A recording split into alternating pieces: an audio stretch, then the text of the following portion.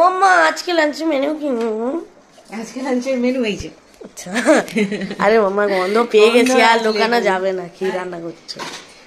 আজকে লাঞ্চের মেনুতে তোমরা তো বাজার দেখেইছো কি এসছে, কাজে বুঝতেই পারছো, কিন্তু তার মধ্যেও আবার একটা ডিমান্ড হয়েছে, মামা আজকে না চিকেনটা একটু কষা কষা বানাবো, ঝোল ঝোল খাবো না, কষা কষা। তো আমি ভাবলাম চলো, আমার আজকে খাওয়ার ইচ্ছা নেই একদমই চিকেন, মানে হয় না একদিন দেখলে পরে ইচ্ছে করে যে না আজকে একটু খাই, বাট আজকে আমার একদমই সেটার ইচ্ছে নেই, তো আমি খাবোও না।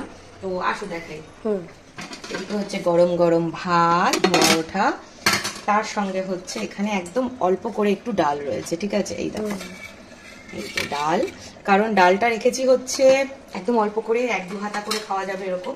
তার কারণ আমার গন্ধরাজ লেবুটা দেখে খুব খেতে ইচ্ছা হয়েছে, যেটা আজকে ওর বাবা বাজার থেকে নিয়ে এসেছে, তো এটার জন্যই ডালটা করা একটুখানি।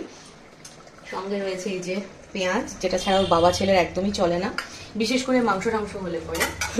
আর ডাল দিয়ে খাওয়ার জন্য এখানে রয়েছে হলো এই যে পটল ভাজা, পাকা পটল ভাজা। আবার এখানে ব্যাপার আছে, এখানে মানে আমি যেরকম পাকা পটল খেতে ভীষণ ভালোবাসি, ওর বাবা আবার খায় না। এখানে পাকা কাঁচা মিলিয়েই ভাজা রয়েছে, পাকাটা আমার জন্য, কাঁচাটা ওর বাবার জন্য। আর ও বলবে কি আবার জানো তো, বলবে পাকা পটল খায় হচ্ছে গরুরা, বাজারে গেলে পরে দেখা যায় গরু টরুদের দোকানিরা এমনি দিয়ে দেয়। আমি বলি ঠিক আছে, যাও বলার বলো, পাকা পটল আমার ভীষণ প্রিয়, আমার শুধু না আমার বাবারও ভীষণ প্রিয়। তোমরা কারা কারা পাকা পটলের দলে আছো অবশ্যই কিন্তু কমেন্ট করে জানাতে ভুলো না। আর এখানে রয়েছে যে কালকের এই যে তোমরা দেখেইছিলে কি বলে লাউ শাক, বিভিন্ন সবজি টবজি দিয়ে করেছে। আচ্ছা বাইরে এই শাকটার ব্যাপারে একজন দেখলাম কমেন্ট করেছে যে লাউ শাকে কুমড়ো দেয় না, কুমড়ো দেওয়া উচিত না। তো কেন আমি জানি না, আমি তো দিই, শরীরও খারাপ হয় না, খেতেও খুব ভালো লাগে।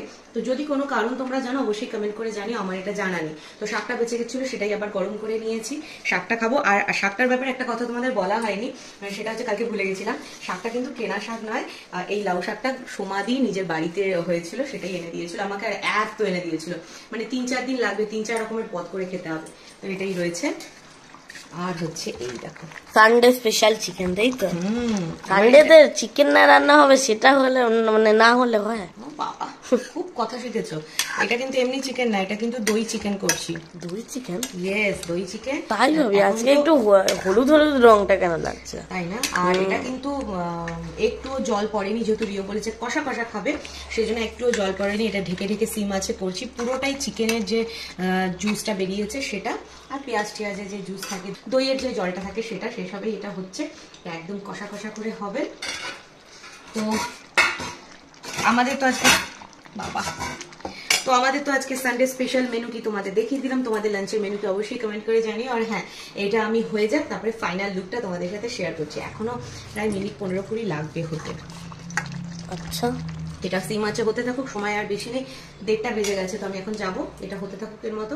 আমি গিয়ে স্নান করে আগে পুজোটা দিইনি, কারণ আজকে আবার অম্বুবাচী লাগছে, 2:58 থেকে লাগবে, তো তার আগে পুজো টুজো দিয়ে কমপ্লিট করে নেবো। করা যায়, কারণ এখন একটু মানাটা দরকার, সবাই বলে বড়রা, তো সেই জন্য জাস্ট এই কটা দিবেন। কেউ বলে মায়ের মুখ ঢেকে রাখতে, আবার কেউ বলে না মায়ের মুখ ঢাকার কোনো প্রয়োজন নেই।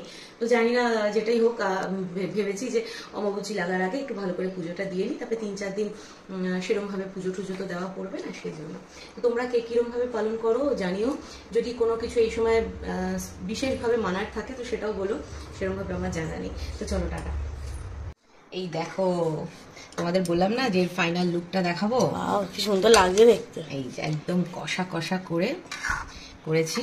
আর ওর বাবাও চলে এসেছে, ওর বাবাকে দিয়ে একটুখানি নুন ঝালটাও টেস্ট করালাম, বললো ব্যাপক হয়েছে। এবার মজার কথা হচ্ছে, আমি তো একটু আগেই বললাম মানে স্নান করতে যাওয়ার আগে যে আমার একদম চিকেন খাওয়ার ইচ্ছা নেই, দেখো না এর রূপ রং দেখে আমারও একটু মনে হচ্ছে যে একটুখানি স্লাইড একটু গ্রেভি দিয়ে একটা ছোট টুকরো না হয় খাবো। তো এই হচ্ছে ফাইনাল লুকটা দই চিকেনের। কেমন লাগছে রিও? হেভি। সানডে জমে যাবে। ঠিক আছে, চলো টাটা।